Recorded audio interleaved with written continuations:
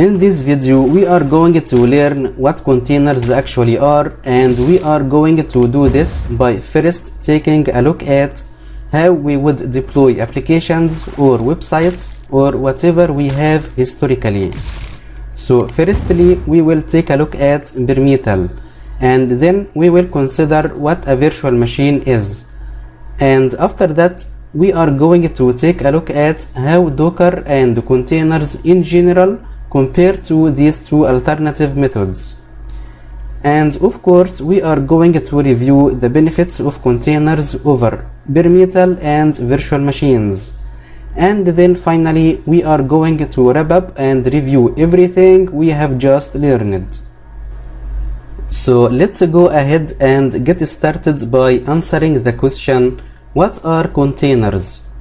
Containers are isolated execution environments in which you can run your commands or deploy your environments or set up your applications. Now, before we explain how containers actually work, let's take a moment and look at how containers differ from the way we used to deploy things previously. So, if you have any sort of technical background or you are familiar with the IT concept, then you may be familiar with the concept of bare metal. And this is when you take your application and deploy it directly on the actual server itself. And if it helps, you can think of this as your workstation computer, the physical computer that you are on right now. It's the actual physical computer that's there, and for bare metal there is no virtualization at all. So bare metal basically just means that you have your hardware, you have your CPU, you have your RAM, you have your physical server, and then you deploy your operating system directly on top of that server. After that, on the operating system, you have all your prerequisite libraries and the things you need to deploy your application, and then you have your application itself, and it just sits on that computer and it's not isolated from anything else on that machine.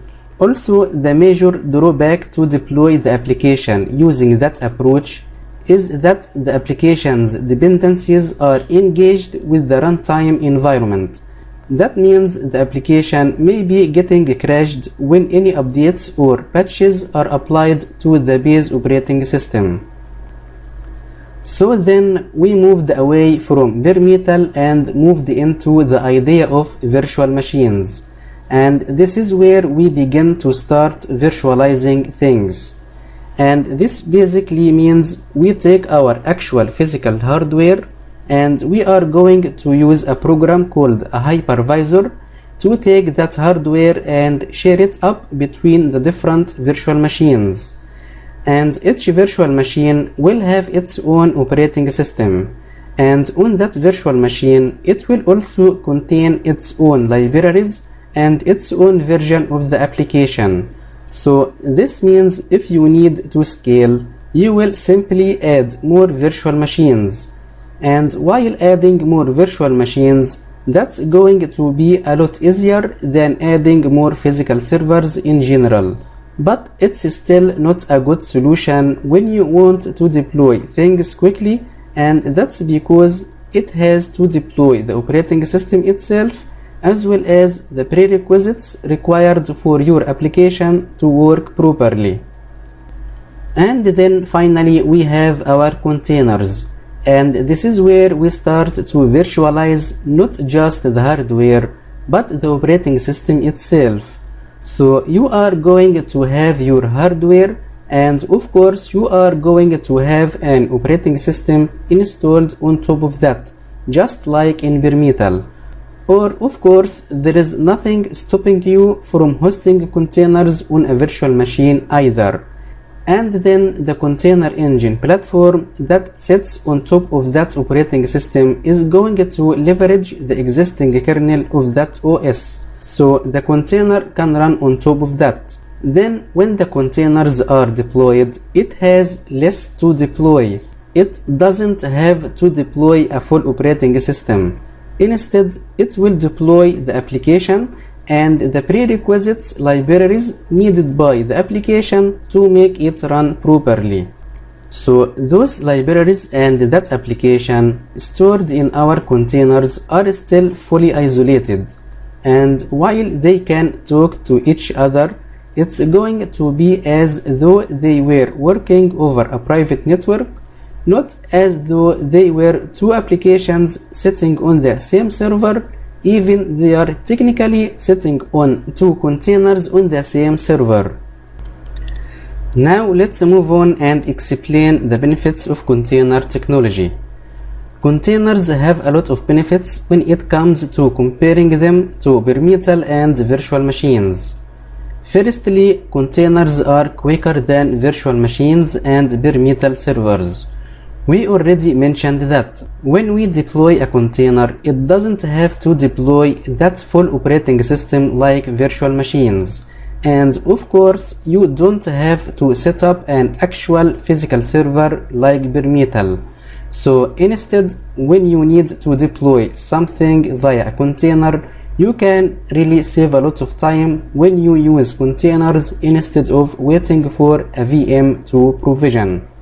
Secondly, containers are also very consistent. That means all of the libraries and application requirements are going to be packaged directly in the container.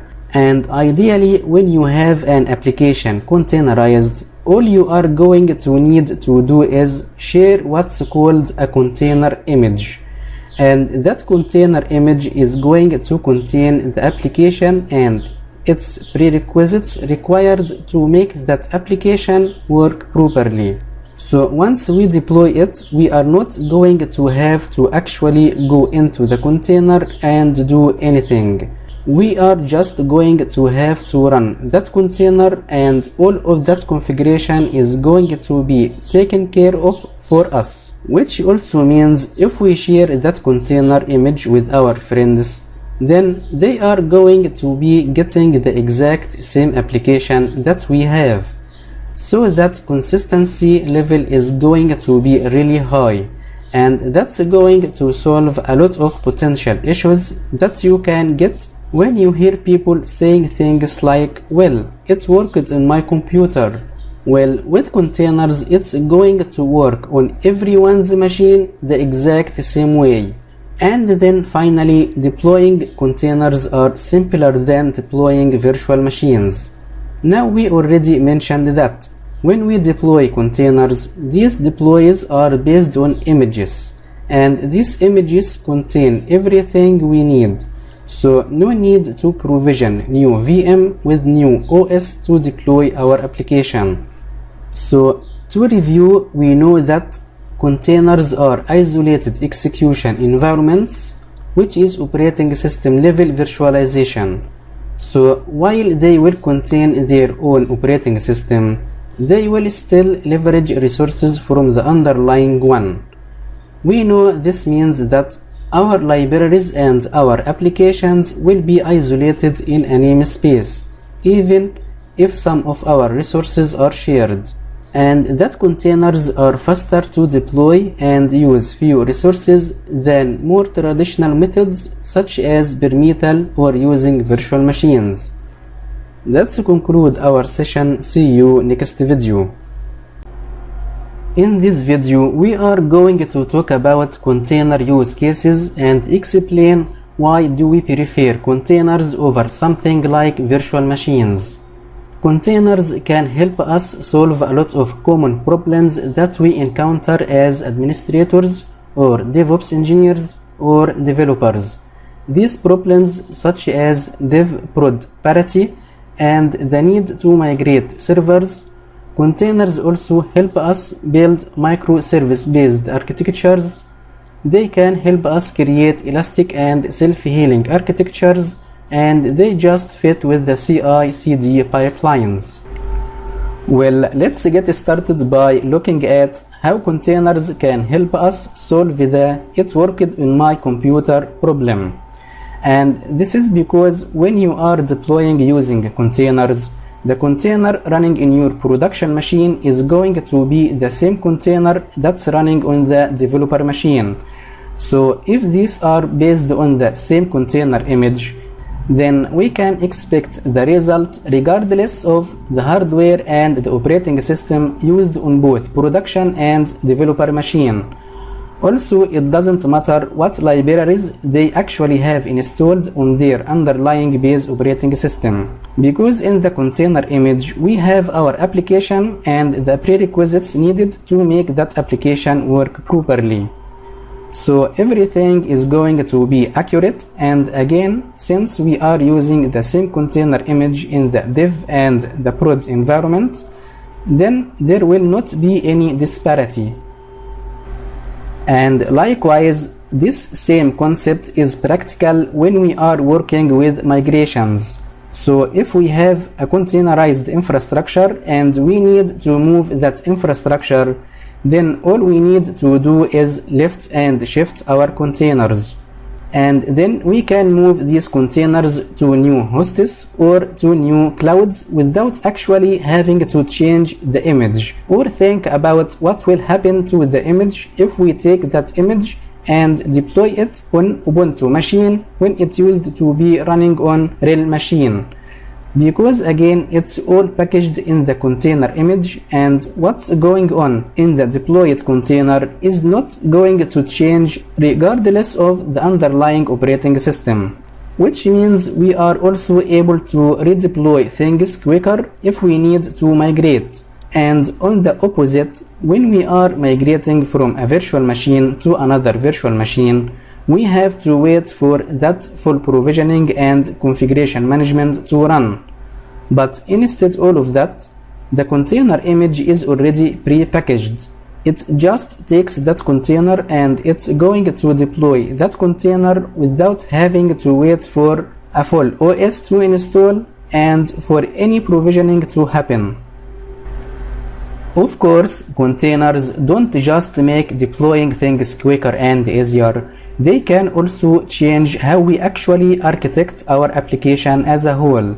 So traditionally, when we built an application, it would tend to be a monolith, which means everything in that application is stored together.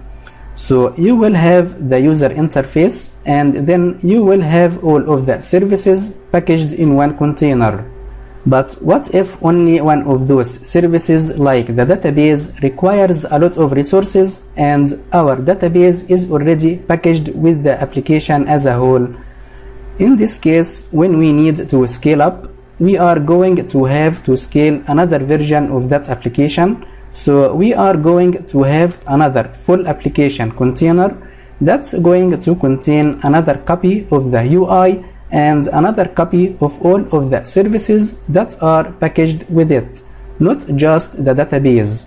But if you move away from monolithic architecture and instead store each service and UI component in its own container, then you will be able to scale each component individually. So if it's the database and nothing else that really requires more resources, then you are able to add more database containers without having to duplicate services that are working just fine. Using that approach will really save a lot of resources in the long run, because again, you are not making duplicates of services that don't need to be expanded when it's only one component of the application that's really being problematic or needs additional resources. Now moving on, while containers do isolate, containers don't work in isolation. So what does this mean? This means that most often we are using containers within a DevOps context, which means we are using them with other DevOps tools such as orchestration and other monitoring tools that will really help us to manage our deployment. And especially when we integrate the containers with the orchestration and monitoring tools, we can create an elastic architecture. So what does this mean? This means we are going to monitor our containers for CPU, memory, data usage, and other metrics And if we are using too much CPU, or if we are using too much memory, or if our read-write times for our data is getting too slow, then we can scale out. So basically it just means that our monitoring system is going to watch for certain metrics, and if let's say our CPU hits 80% and that metric we denote it as problem, then our monitoring component will notice that, and then it's automatically going to tell the orchestration system to scale out and add another containers so that CPU load can then be distributed among them. And likewise, the orchestration tool can be configured to scale in. So if our CPU usage drops down to 10% on our 2 containers, so the orchestration system will see that and then remove the additional container to save resources, and then move everyone back on that single 10% CPU container that can handle all the traffic. Likewise, we can also configure the same kind of setup to enable a self-healing architecture. So it's the same concept. You are going to be monitoring your container for when services go offline or when certain errors are received, depending on what your application does. And then once that happens, it's automatically going to terminate that container, so there will not be any need to troubleshoot the container itself. It's just going to get removed, and then it's going to get replaced with another healthy container. Keep in mind that, of course, if there is something wrong with the underlying container image, you are still going to have to go ahead and troubleshoot that image. Then finally, we can leverage containers with the CI/CD, or continuous integration and continuous delivery pipeline as a whole, just because the deployment and the creation of container images and containers in general really fits with the whole CI/CD pipeline concept. And it's the idea of being able to push a change to your application or your code to a centralized repository like GitHub, then automatically have that change detected via your CI/CD pipeline tool such as Jenkins. So something like Jenkins will notice when you make a push to GitHub for your application, and then it can automatically start a build that's going to create a new Docker image based on that change. And if you have it set up to do testing, then it can test that image to make sure it works properly. And then if it passes all of these tests, it can automatically go ahead, take that new version of your application and deploy it to your environment, and this means it will be removing any containers that contain the old version and replacing them with the new ones. So to wrap up, we know that containers fit into a number of workloads and really have a number of use cases and solve a number of common problems we may encounter as engineers, administrators, and developers. And these include solving the dev-prod parity problem, migrating infrastructure, and working with microservice-based architectures, as well as helping us make sure our architectures and our infrastructures always up and running by making them elastic and self-healing. And then, of course, we know that containers can be used with CI/CD pipeline in general. So from here we are going to start learning these concepts and use cases by getting hands-on with Docker, starting by installing Docker in the next lesson. So I'll see you there. As we know so far that containers are portable software package which requires container engine platform to run on top of it. We have many container engines in the market, and the most popular engine is Docker. So in this video I talk about what platforms Docker support, Also, we will talk about our environment which we are going to use in this course, and then we are going to look at how to install Docker Community Edition on CentOS Stream 9. So let's get started. Docker can be installed on a number of platforms. We can install it on Windows via the exe installer found directly on the Docker Hub. We can also install it on Mac, and again that's via a DMG package also found on the Docker Hub, but most properly Docker is installed on Linux. And in this course we are going to install Docker on CentOS Stream version 9. I have provisioned a new fresh virtual machine hosted in VirtualBox. The VM has 4 GB RAM with 2 virtual CPUs and 32 GB storage. And of course this VM should be connected to the internet. Also, CentOS 9 has been installed with the default configuration. So let's move on and see how to install Docker Community Edition on CentOS Stream 9. Before we go and install Docker Community Edition, we need to make sure that any previous version of Docker have been removed from our operating system.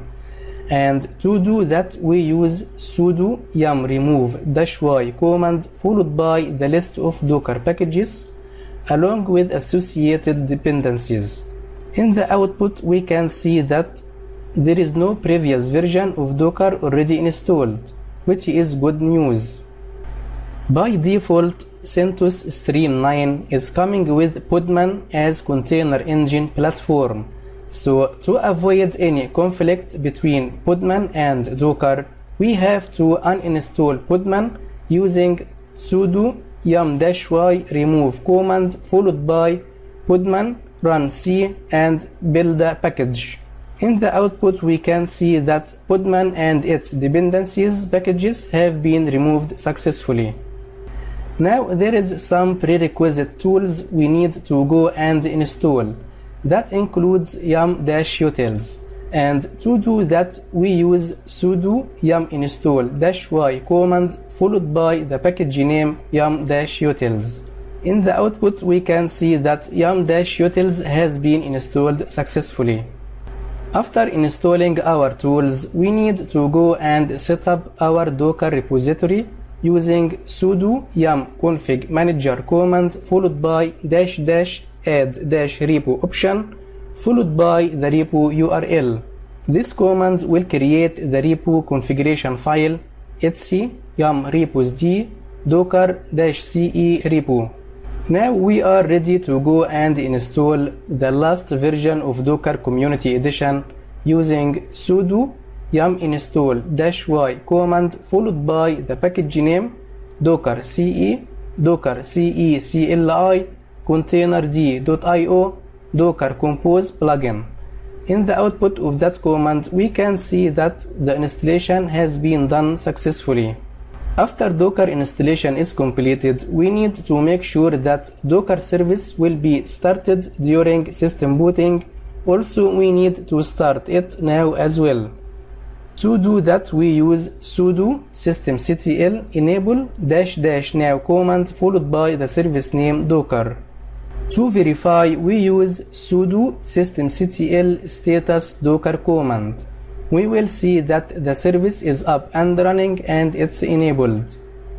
The last thing we need to do is to make sure that Mustafa user is added to Docker group so that Mustafa will be able to run Docker commands as Mustafa rather than using sudo command.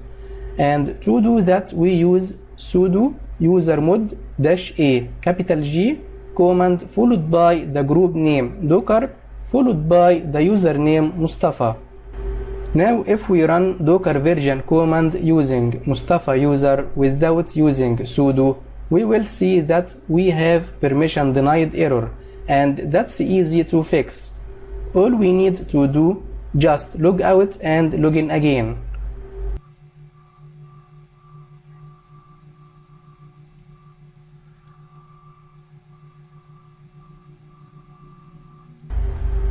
Let's open new terminal and run docker version command.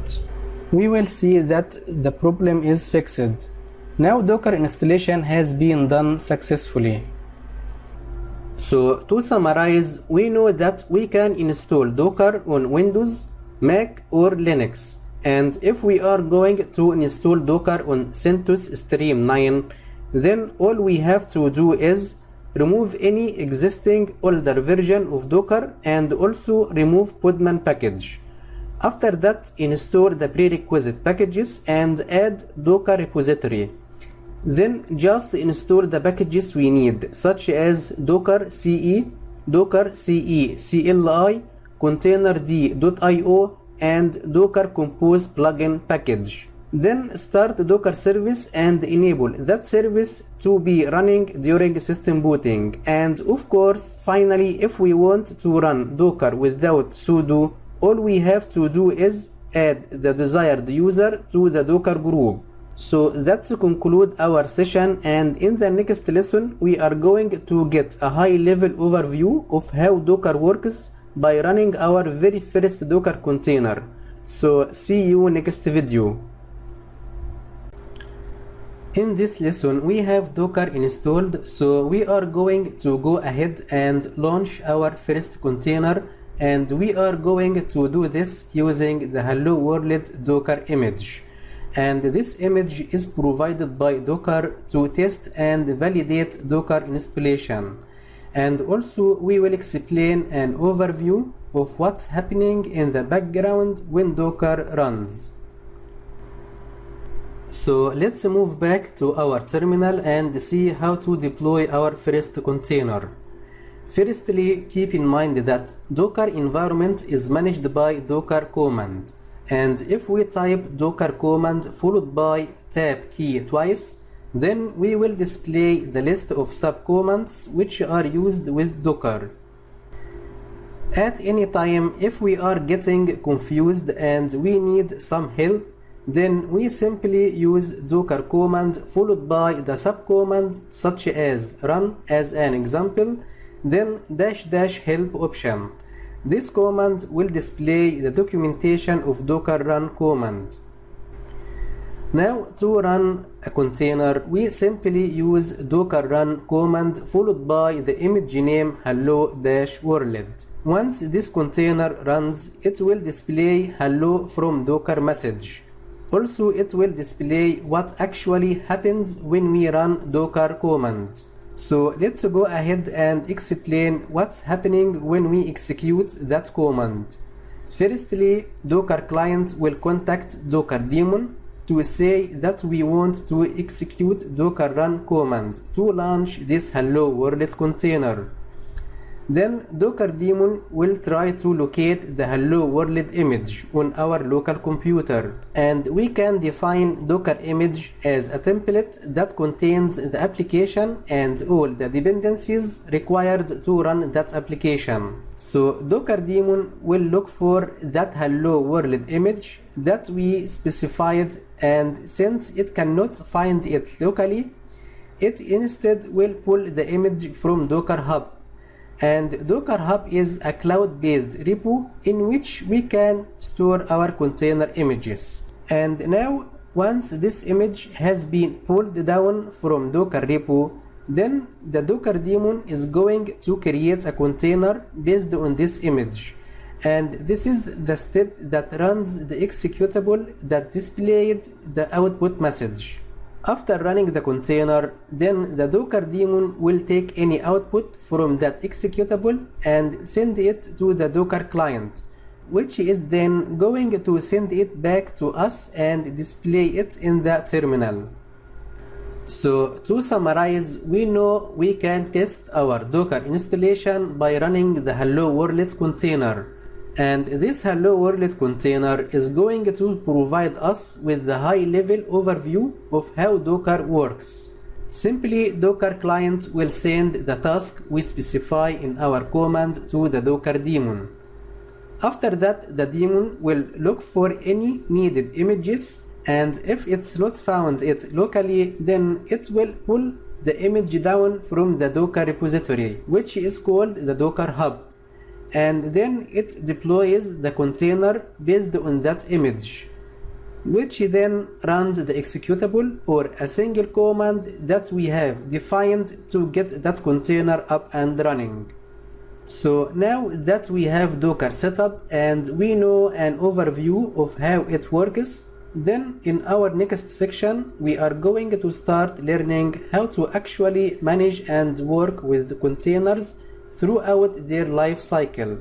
So see you next video. In our previous lesson, we launched our first container, but there is a little bit more to launching containers than we just demonstrated. So in this lesson, we are going to go ahead and we are going to explore the various ways that we can actually set our containers to launch. So we are going to take a look at general launching and listing.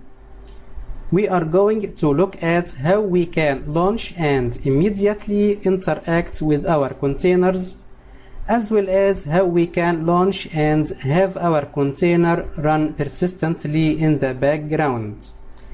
And then we will explore how we can work with both temporary containers and more persistent containers that will start if our server shuts down automatically. And then finally, of course, we will have our end of lesson wrap up. So let's get started and go ahead and access our terminal. So in our last lesson, we launched a container using docker run hello world. And we saw that container automatically output some information for us about how Docker works. But what happened to that container afterwards? Is that container still running? Well, we can check the running containers by using docker container ls command. And in the output of that command, we can see that we actually don't have any running containers. And maybe that behavior is exclusive to the hello world container. So let's run something else. Let's do a docker run alpine to run another container using alpine image, which is a very small Linux distro. And let's see what happens, and it's going to pull down the alpine image from the docker hub. But now what happens if we do docker container ls command again to see what containers we have running? We will see that there is still no containers there. So what's going on there? Now when we launch a container with a docker run command, then the containers set to run one specific command, and once that command is done, it will exit the container and the container will enter a stopped state. So when we run our hello world container, that initial command that's run is the command that sent us the output we saw that describes how Docker works. So if we want to list all containers including the stopped containers, then we use docker container ls-a command, and then we can see that we have two containers, the alpine container that we launched, and then we also have that hello world container.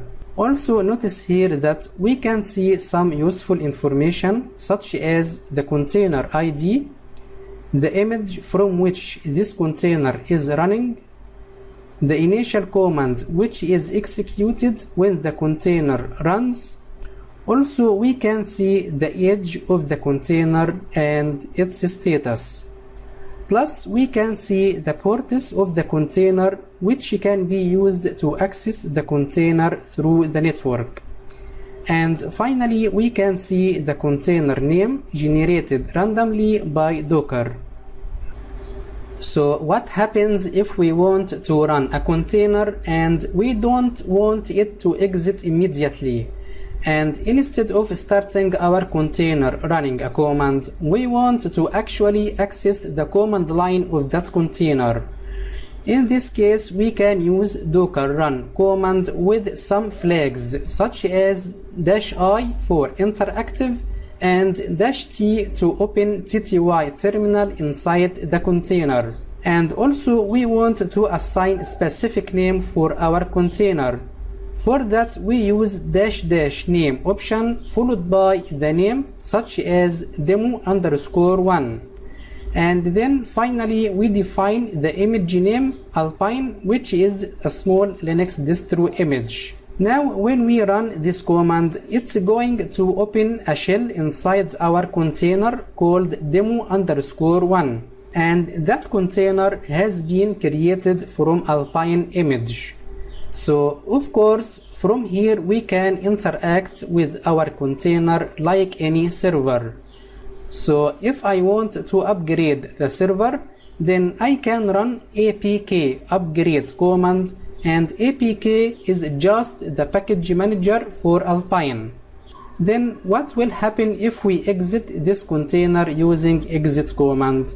And let's go ahead and do docker container ls again to list the running containers. Of course we will see that the container is stopped. So what happens if we want to run a persistent container? Let's say we have a container that contains a web application that we need it up and running all the time. Well, in this case we can leverage the -t flag again, but this time we are going to pair it with -d, which will set the container to detach or run in the background. And the -t will ensure that it has a persistent IP address and everything we need for that container to persist. Also, if we need that container to be running automatically during system boot, we use --restart option followed by always flag and --name option to assign a name for our container as bg_container. And finally the image name Alpine, from which this container will be running. In the output of that command we can see that's our container ID, which has been generated for our container. If we run docker container ls command to list the running containers, then we will see that bg_container is still up and running. So to review, in this lesson we learned a variety of ways to launch containers, including just your regular docker run, but we also learned how to pair that with the -i-t flag to ensure we can drop into a working shell. We learned how to make sure the container runs in the background with -d, and then of course we also learned how to make sure our container always restarts when our overall host server shut down or something happened to our container. And then finally we learned how to provide our containers with nicknames so we can work with them easier and not have to deal with the randomized generated names that Docker provides for us. That concludes our lesson. See you next video. At this point, we explained how to launch a number of containers, but how can we actually access and work with these containers if we need to change anything inside the container itself?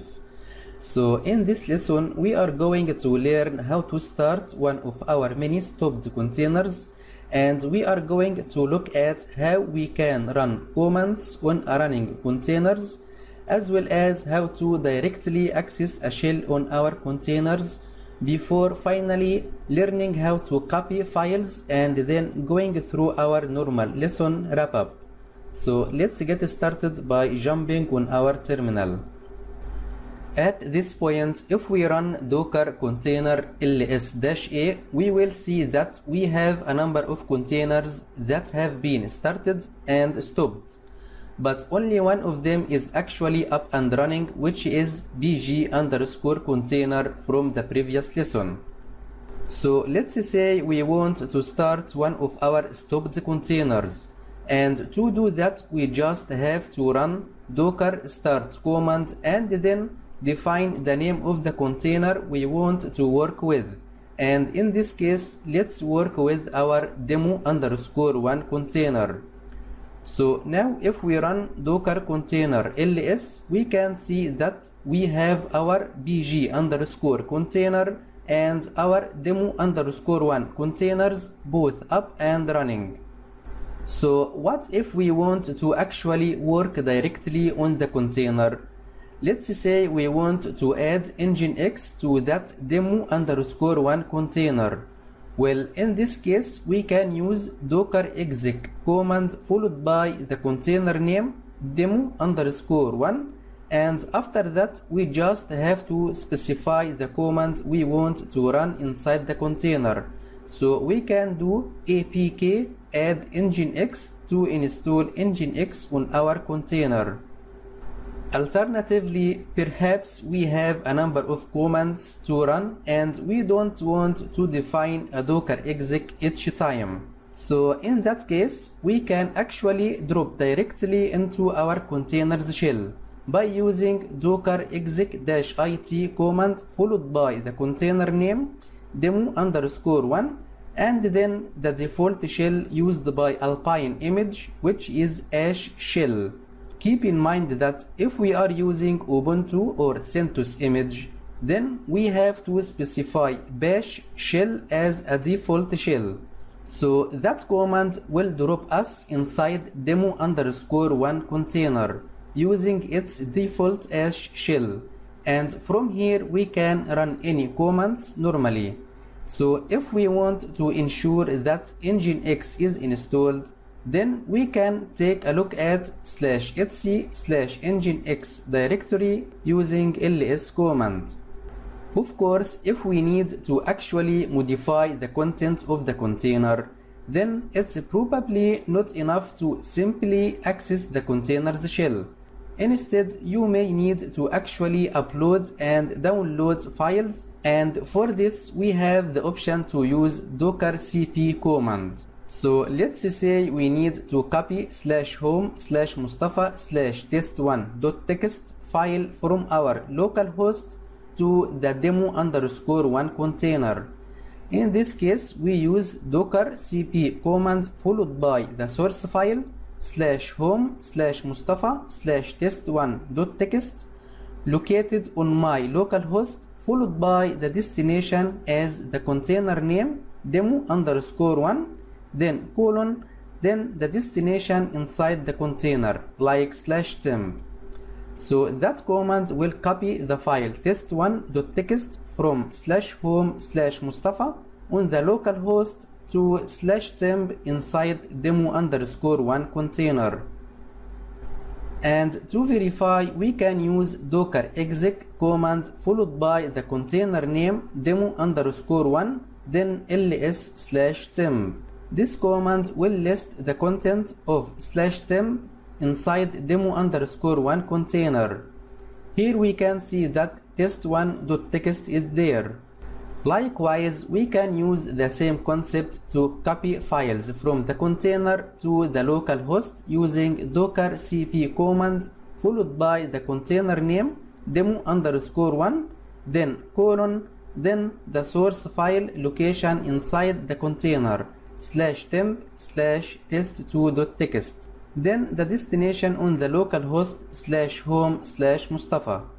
So that command will copy or download /temp/test2.txt file from demo_1 container to the local host on /home/mustafa directory.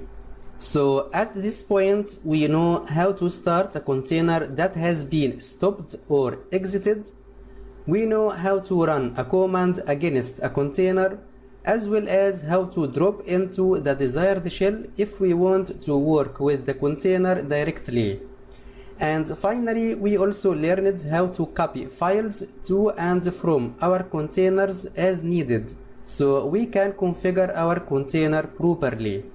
Now you may have noticed that we have a lot of containers to work with at this point.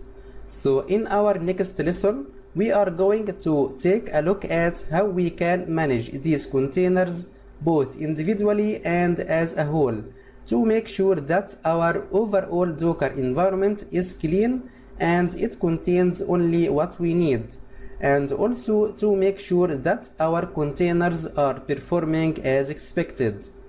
So let's see you on the next video. At this point, while we have two containers up and running, and I am sure you know that we have a number of stopped and exited containers, so in this lesson we are going to look at how we can manage our containers so our environment will contain only what we need. So we are going to do this by taking a look at how we can stop and start containers, which we have touched on a little bit already. We are going to look at how we can remove unimportant containers as well as how to rename containers. Then we will explain how to view container metrics, and then finally we will wrap up everything as usual. So let's get started by opening our terminal. Now if we do docker container ls, we know we have our bg underscore container and our demo underscore one containers are both up and running. But at this moment, we really only want to keep our demo underscore one container because that's the container that we are going to keep working on. So in this case, we are going to start this lesson by stopping our bg underscore container using docker stop command followed by the container name bg underscore container. To verify, we use docker container ls command to list the running containers, and in the output of that command we can see that we have only demo underscore one container up and running, which means we are now good to go ahead and remove any of the containers that we don't need. So if we know that we don't need our bg underscore container, so we can remove that container using docker container rm command followed by the container name bg underscore container. And to verify, we use docker container ls-a, we will see that bg underscore container is deleted. In case we have many stopped and exited containers and we need to delete all of them, in this case we can use docker container prone command. And since that command will delete all of the stopped containers, then it's recommended to make sure that all of your stopped containers are the ones you don't want by using docker container ls-a command to list all the containers including the running and stopped ones. Once we run docker container prone command, it will give us this lovely warning to confirm that we are going to delete all the stopped containers. And since that we need, we will type a y and then enter. Now to verify, let's run docker container ls-a command. We will see that all the stopped containers have been deleted and we have only demo underscore one container which is up and running. And now from here we are going to be almost exclusively working with our demo underscore one container, but we most likely want to give this a little bit of a better name. For example, we know that we are installing Nginx on that container, so it seems like a web container. So let's call it web1 instead of demo underscore one. And to do that, we use docker rename command followed by the old name demo underscore one, then the new name web1. Now to verify, we use docker container ls, and in the output we can see that our container has a brand new name, but nothing else has been changed. It still has the same container ID, and it's still created many days ago, and it's still up the same amount of time. Now, as long as our containers are up and running, we will need to know some information about these containers. And while of course you can set up an entire monitoring tool like Prometheus or Zabbix, also Docker provides some simpler ways just to check our CPU memory and process information, and we can do this by running docker states command. That command is going to return information for all of our running containers, including the container ID, the container name, the CPU usage, the memory usage, plus the network and the block ID information. This useful information can help us troubleshoot and manage our containers. And to exit from this command, just press Ctrl C. If we are interested in getting the same information for a specific container, then we can use the same command docker states followed by the container name web1. So again, to review, we learned how to start and stop our containers with a docker start and stop command. We can also restart containers with docker restart command. And we learned how to remove a container with docker rm, as well as remove all stopped containers using the docker container prone command. And then of course we also learned how to rename containers using docker rename command. Then finally we learned how to get and view statistics for our running containers using docker states command. So at this point we now have an almost fully configured web container that we can use to launch a website. So in our next lesson we are going to figure out how to do just that, and then make sure that website is available not just on our container but also to the general public through the IP address of our local host. So see you next video. In this lesson we are going to explain how we can use container to publish a website and access it locally and from the external network. Because when we deploy an application or any sort of microservices on a container, we need this application to be accessible not only from the local host, but rather we need this application to be accessible from the external network. So in this lesson we are going to take a moment to learn how we can discover certain information about our container, like the container IP address. Then we are going to look at how we can copy a container to create a new image, so we can reuse it and then take that new container and map it to a port on our local host. Then finally we will wrap up everything we have just learned as usual.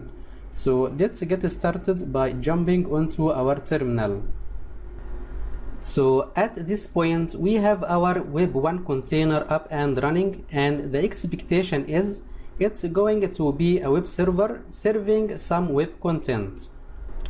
At the beginning we will create the default configuration file for Nginx called default.conf, with that content including the default web content location as user share nginx html. Then we will use docker cp command to copy that default.conf from our local host to etc nginx http.d directory inside web1 container. And in order to have our web1 container serve a website, we need to provide it with some content to serve. For that we are going to do this by generating our own index.html page, and we will keep it simple with that content. After that, let's create the default web content directory for Nginx inside web1 container using docker exec command followed by the container name web1, then mkdir user share nginx html. So that command will create user share nginx html directory inside web1 container, and that directory is the default location for the web content for Nginx. Then we will copy index.html file from our local host to /user/share/nginx/html directory inside web1 container by using docker cp command. After uploading the index.html file to the web content location inside the container, Then we are going to start nginx process using docker exec-dt command followed by the container name web1, then nginx-g command to run nginx process inside the container, and it needs to define the location of the process ID as pid/temp/nginx.pid. Then we also want to make sure that this will not be running as a daemon, so we are going to set it as daemon off. Keep in mind that this is how to start nginx process inside the Alpine image. So in case we use CentOS image, then we will use another command. Now we need to make sure that we can access the website that we have deployed, and to do that we will need to get the IP address of the web1 container. We can do that using docker inspect command followed by the container name web1. In the output of that command we can see a lot of information related to our container, including the IP address of that container, which is 172.17.0.3. Now to make sure that our nginx setup is working, we can just go ahead and we can curve that IP address. Here we can see that our website is working properly. So now that we know our website is working, we still have one problem. Everyone that's on this actual physical host will be able to access our container. I mean that we can access our website locally from our local host. But what if we want to publish our container to the world so that anyone can access the website from the internet? So to access the website from the internet, we will need to do something called port mapping, which means we will map a port on our host to a port inside the container. But before doing that, let's create a new image from the running container web1 to use the same nginx configuration. And to do that, we use docker commit command followed by the container name web1, then the image name webbase. So that command will create an image called webbase from the running container web1. That means the webbase image will contain the index.html and default.conf files we have just created. Then from that webbase image, we can go ahead and launch a new container called web2 using docker run command followed by -p option to map our ports. So now it's port 80 on our local host that we want to map to port 80 inside our container. Then -dt to make sure that our container launches in the background. Then --name to provide a name for our container as web2. And then of course we are launching this from our webbase image. Now let's go ahead and start nginx process using docker exec-dt command followed by the container name web2, then nginx-g command to run nginx process inside the container, and it needs to define the location of the process ID as pid/temp/nginx.pid. Then we also want to make sure that this will not be running as a daemon, so we are going to set it as daemon off. Now let's get the IP address of our web2 container using docker inspect web2 command. We will see it's 172.17.0.2. To verify that our website is working properly, we can curl using the container IP address. We will see that we can access our website from the local host. Now we need to ensure that we can access the website from the external network using the IP address of the local host. And to do that, let's get the IP address of our local host using IPA command. We will see the IP address is 192.168.1.50. Finally, if we open Chrome and try to access the website using the host IP address, we will see that it's working as expected. So in this lesson, we learned how we can share our container content with the internet by making sure that we can grab our container information via the docker inspect command. Then we learned how to make an image from an existing running container using docker commit command. So we can go ahead and launch a container that's mapped to a port on our host using docker run-p command. So in our next section, we are going to get more hands-on with images management and learn how to actually make an image using a docker file from scratch. So see you next video. At this point, we know that applications can run inside containers as a way to provide them with an isolated and controlled execution environment. Running a containerized application means running an application inside a container, and that requires a container image, which is a file system bundle, provide all application files, libraries, and dependencies that the application needs to run. In other words, container image is the source of our containers. So in this lesson, we are going to learn how to manage the image through its life cycle. We are going to explain how to search for an image and pull down this image.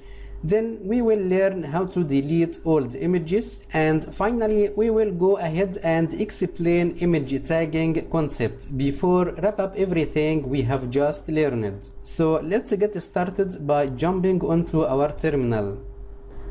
As we know so far that these container images are stored in online registries such as Docker Hub, which allow users to search and retrieve container images. Docker users can use the search subcommand to find available images from the remote or local registry by using Docker search command followed by the image name like Nginx. So that command will search for Nginx image in the Docker Hub online registry and display the available Nginx images with some useful information such as the image name along with short description about that image. Also, we can see the Nginx official image maintained by Docker Hub, and we can see another Nginx images maintained by other users such as Ubuntu/Nginx image, which maintained by Ubuntu. After finding the image, we can use Docker to download that image. When using the pull subcommand, Docker will fetch the image and save it locally for future use. So Docker pull Nginx command will download the latest official version of Nginx created and maintained by Docker. In case we need a specific version of Nginx maintained by another user like Ubuntu, then in this case we have to specify the username then / the image name, such as docker pull ubuntu/nginx. After downloading the image, Docker will store the images locally and we can list them with the docker images command. In the output of that command, we can see the image name, the image tag which defines the image version, the image unique ID, and when the image has been created, and finally the image size. Keep in mind that any container image downloaded from a registry is stored locally, and this behavior avoids repeating image downloads and minimizes the deployment time for a container. Docker also stores any custom container images you build in the same local storage. Any image has a tag which defines the image version. So the image tag is a mechanism to support multiple releases for the same image. This feature is useful when multiple versions of the same software are provided, such as a production-ready container or the latest updates of the same software developed for community evaluation. And if the image name doesn't contain a tag, then the tag value defaults to the latest version. So if we need to download or use a specific image version, then we have to specify the tag in the command. For example, docker pull command followed by the image name MySQL, then colon, then define the image tag as 5.6. So that command will download MySQL image version 5.6. And to verify, we use docker image command to list the downloaded images on the local host. We will see that MySQL 5.6 image has been downloaded. Images can become outdated and should be subsequently replaced, and any updates to the image in the online registry is not automatically updated on the local image. So the image must be removed and then pulled again to guarantee that the local storage has the latest version of the image. So to delete the image, it's recommended to stop and delete its container first, then delete that image. So firstly, let's list the running containers using docker container ls command. We will see that we have two containers are up and running, web 1 and web 2. So to delete the web base image, we have to stop its web 2 container using docker stop command followed by the container name web 2. Then delete web 2 container using docker rm command followed by the container name web 2. Now web 2 container has been deleted, which means its web base image is ready to delete. So to delete the image, just run docker rmi command followed by the image name web base.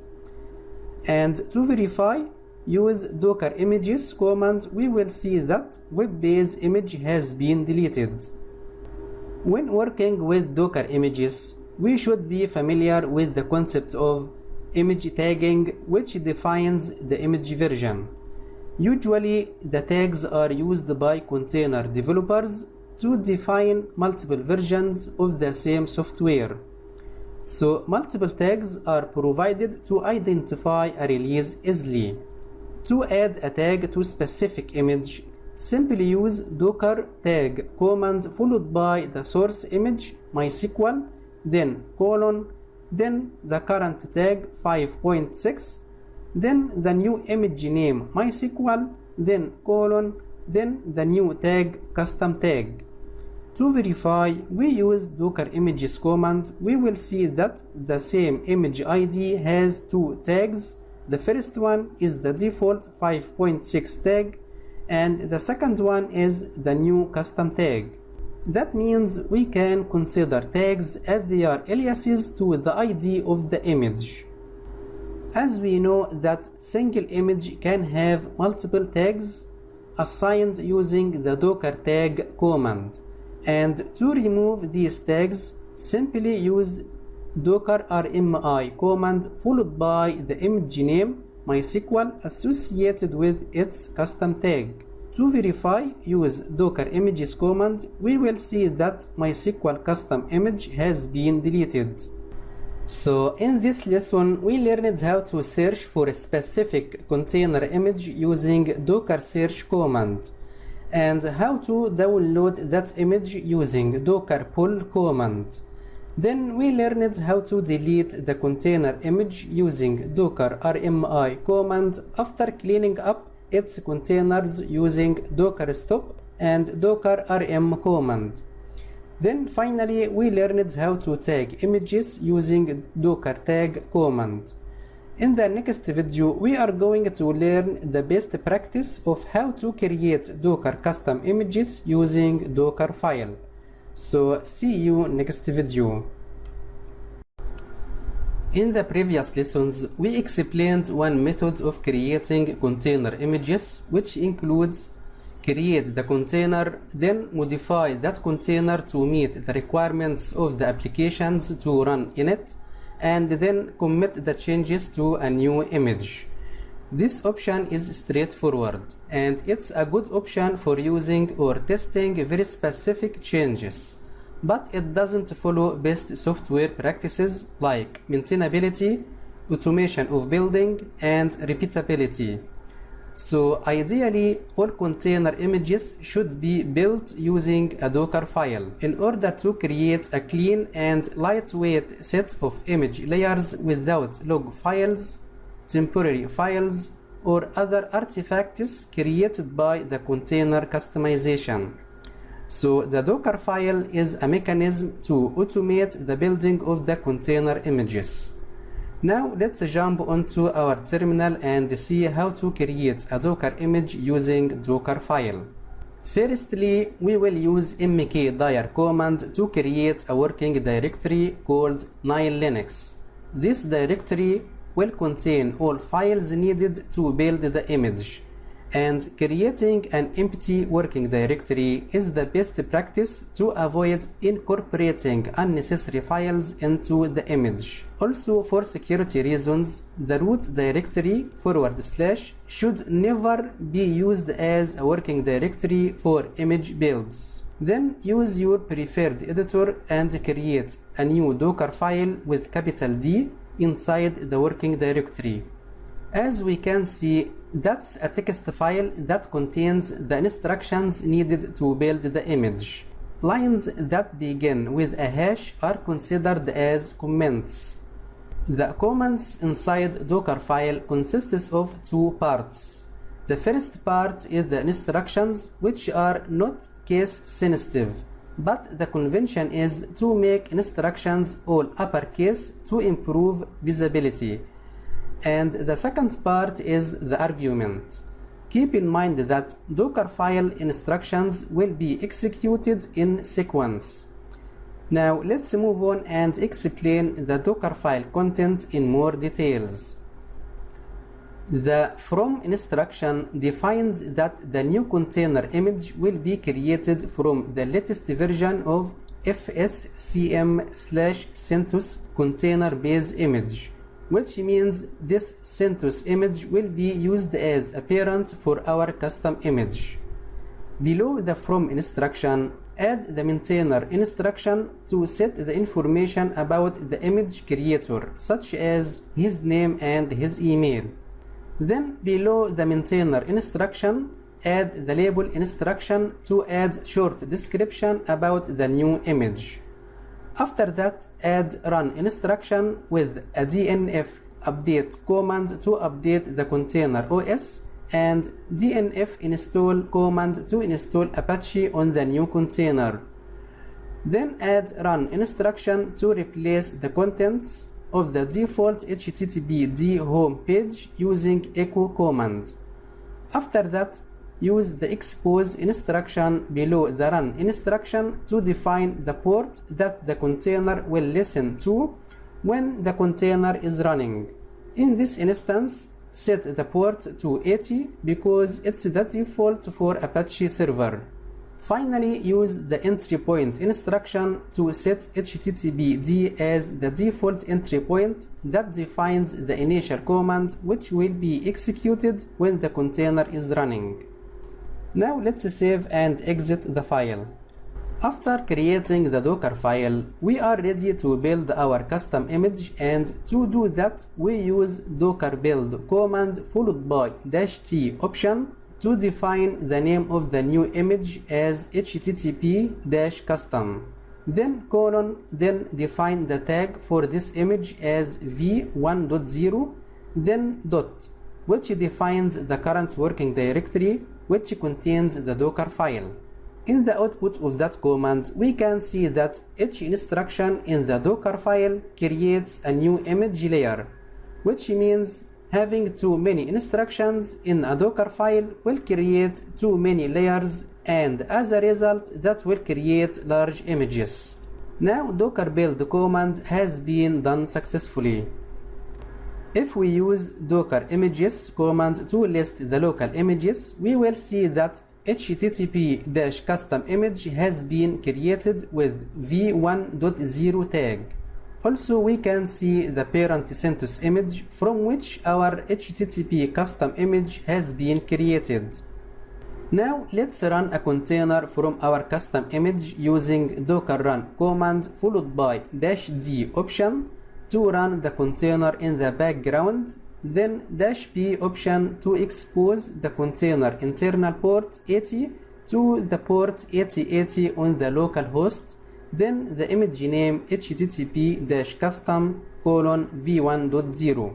And to verify, let's curl on the loopback address 127.0.0.1:8080.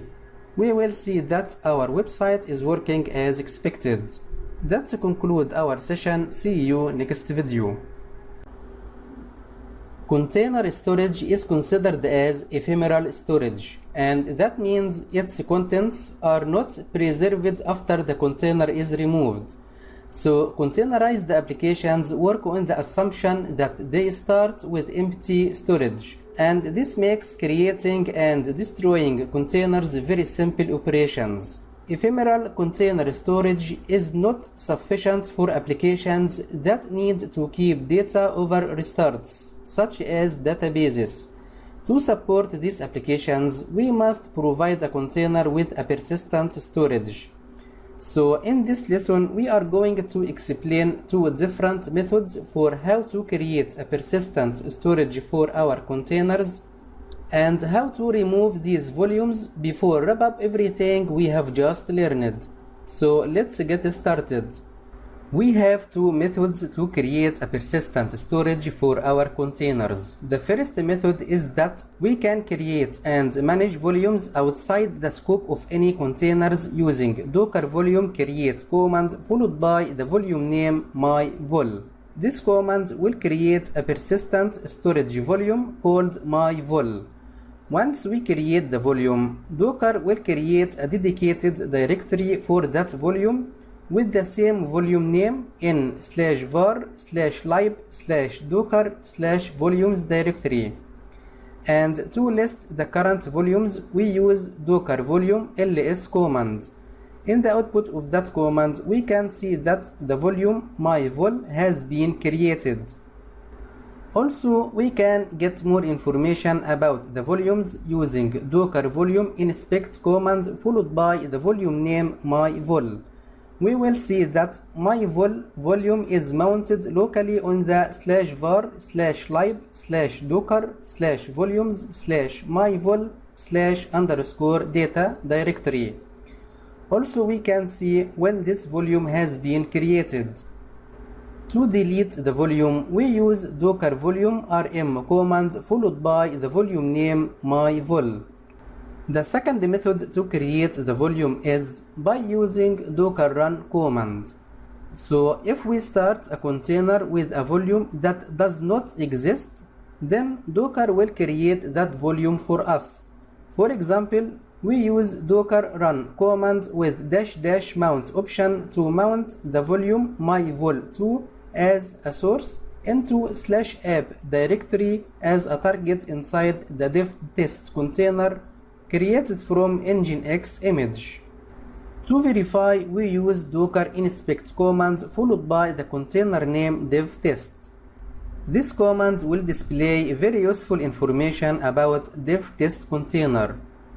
And if we go to the mounted section, we will see the volume name myvol2 and the source, which defines the directory of the volume in the local file system as /var/lib/docker/volumes/myvol2/_data.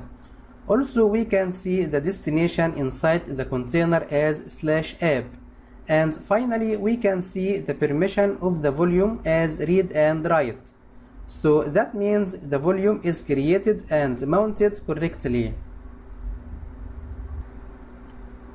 Let's create a file in /app directory inside dev test container using docker exec command followed by the container name dev test, then touch command to create a file test1. And if we list the content of the volume inside the local file system, we will see that test1 file is there.